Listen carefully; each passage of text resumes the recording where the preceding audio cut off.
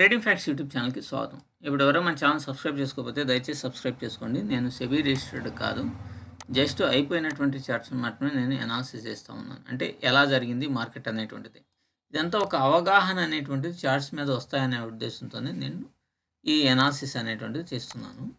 So ఇక్కడ prediction అంటూ ఏం లేదు. నేను చెప్పినట్టుగా అసలు అంటే ఇట్లా ట్రేడ్ చేయండి అని కూడా చెప్పటం లేదు.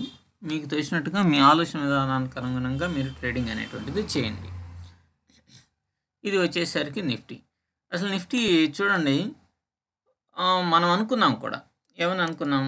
మనకి ఇక్కడ ఒక గ్యాప్ అనేటువంటిది వచ్చింది అనేసి అనుకున్నాం. ఇదిగోండి, ఇక్కడ ఒక గ్యాప్ అనేటువంటిది ఉంది.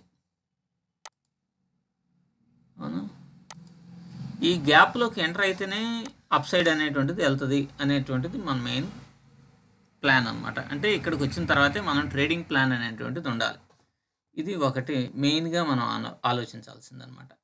సో ఇట్లా లైన్స్ అనేటువంటిది గీసుకున్న తర్వాత, అంటే నేను చాలాసార్లు చెప్పాను, మనం ఎప్పుడైనా సరే కొన్ని లెవెల్స్ని హారిజంటల్ లైన్ కనుక గీసుకుంటే మనం చేసేటువంటి ట్రేడింగు మనకి చాలా అంటే చాలా తేలిగ్గా ఉంటుంది అనమాట.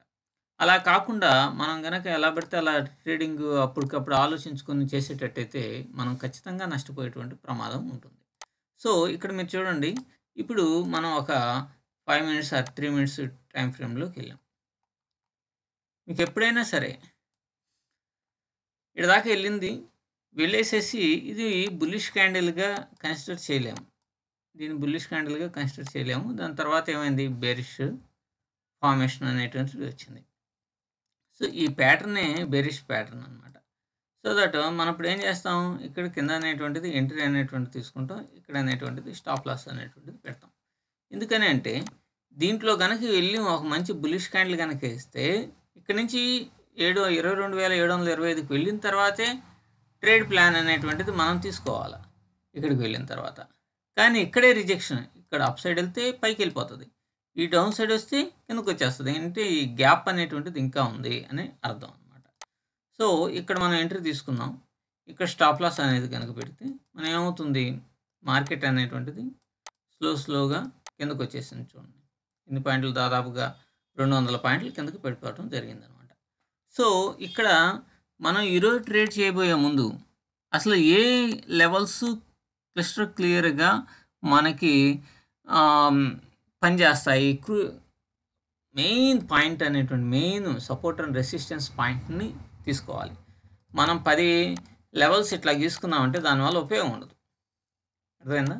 ఏదైనా సరే ఒక 2-3 లెవెల్స్ కంటే ఎక్కువ తీసుకోకూడదు. దీనికంటే పైకి వెళ్తే బై, దీనికంటే కిందకు వస్తే సెల్. That's enough. ఇంతే ఉండాలి. కానీ ఇక్కడి నుంచి రిజెక్షన్ అయ్యి కిందకు వస్తే కిందకు వెళ్దాము, ఇక్కడి నుంచి పైకి వెళ్ళి ఇట్లా బులిష్ క్యాండిల్ వేస్తే పైకి వెళ్ళిపోదాం అనేటువంటి కాన్సెప్ట్ ట్రేడర్కి పనికి రాదనమాట. అది కూడా పైకి వెళ్తుందా కిందకి వెళ్తుందా అనేది మనం ప్లానింగ్ అనేటువంటిది ఆప్షన్ చైన్ ద్వారా ఎడతిరిగి గీసుకుంటాం కదా. చూడండి, మీరు చాలా రోజుల నుంచి కనుక గమనిస్తే మార్కెట్ అనేటువంటిది ఫస్ట్ మూవ్ అవుతుంది, ఎక్కడో చాట స్టాక్ చేసేస్తాడు. ఎందుకంటే ఎక్కువసేపు పొజిషన్ బయర్సే ఎక్కువ ఉంటారు కాబట్టి వాళ్ళు ఎక్కువసేపు పొజిషన్ హోల్డ్ చేసేటువంటి పరిస్థితి లేదనమాట. చాలా రోజుల నుంచి చూడండి, ఇక్కడ ఒక మూవ్ వచ్చింది, మళ్ళీ అక్కడక్కడే కన్సాలిడేషన్ చేశాడు. ఓ అప్ సైడ్ మూవ్ అయింది, అక్కడక్కడే కన్సాలిడేషన్ చేశాడు. అప్ సైడ్ మూవ్ అయింది, ఇక్కడే కన్సాలిడేషన్ చేశాడు. ఇదంతా కూడా ఒక ప్లాన్ అనమాట. ఈ వీక్ ప్లేయర్స్ యొక్క ప్లాన్ అది. మనలాంటి వాళ్ళ దగ్గర నుంచి మనీని దొబ్బేయడానికి చేసేటువంటి ప్రయత్నం. ఇక్కడ మాత్రం కొంచెం పైకి వెళ్ళాడు, మళ్ళీ చూడండి కిందకు వచ్చాడు, మళ్ళీ పైకి వెళ్ళి కిందకు వచ్చాడు, అక్కడక్కడే కన్సాలిడేషన్ అనేటువంటిది చేశాడు.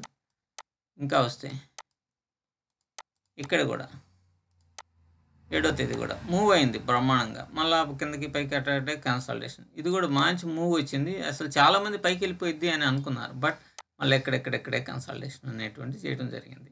సో దీనివల్ల ఏమవుతుందంటే రిటైల్ ట్రేడర్ యొక్క ప్రీమియమ్స్ తొందరగా కరిగిపోయి వాళ్ళ పొజిషన్స్ను క్లోజ్ చేస్తే కదా బిగ్ ప్లేయర్ అనేటువంటి వాడు సక్సెస్ అనేటువంటిది అయ్యేది.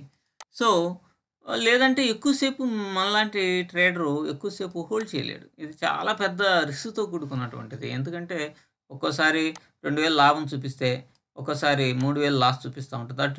అటు ఫ్లక్సేషన్ జరిగినప్పుడు సహజంగానే మనలాంటి ట్రేడర్ హోల్డ్ చేసి పొజిషన్ ఉంచలేడు కాబట్టి దెబ్బ పడిపోతుంది.